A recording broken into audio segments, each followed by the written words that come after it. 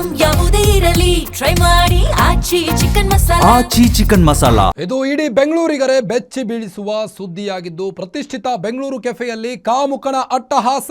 ಮಲ್ಲೇಶ್ವರಂನ ಬೆಂಗಳೂರು ಕೆಫೆಯಲ್ಲಿ ಕಾಮುಕನ ಕೀಚಕ ಕೃತ್ಯ.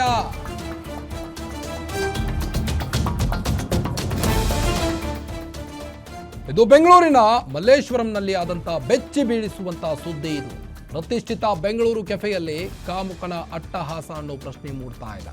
ಮಲ್ಲೇಶ್ವರಂನ ಬೆಂಗಳೂರು ಕೆಫೆಯಲ್ಲಿ ಕಾಮುಕನ ಕೀಚಕ ಕೃತ್ಯ ಇದು.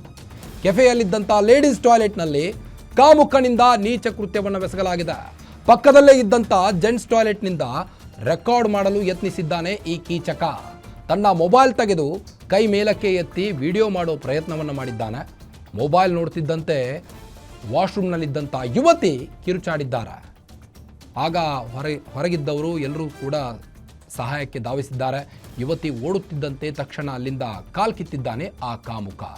ಗಾಬರಿಯಿಂದ ಅಲ್ಲಿಯೇ ಮೊಬೈಲ್ ಬಿಟ್ಟು ಓಡಿ ಹೋಗಿದ್ದಾನೆ ಈ ಕೀಚಕ.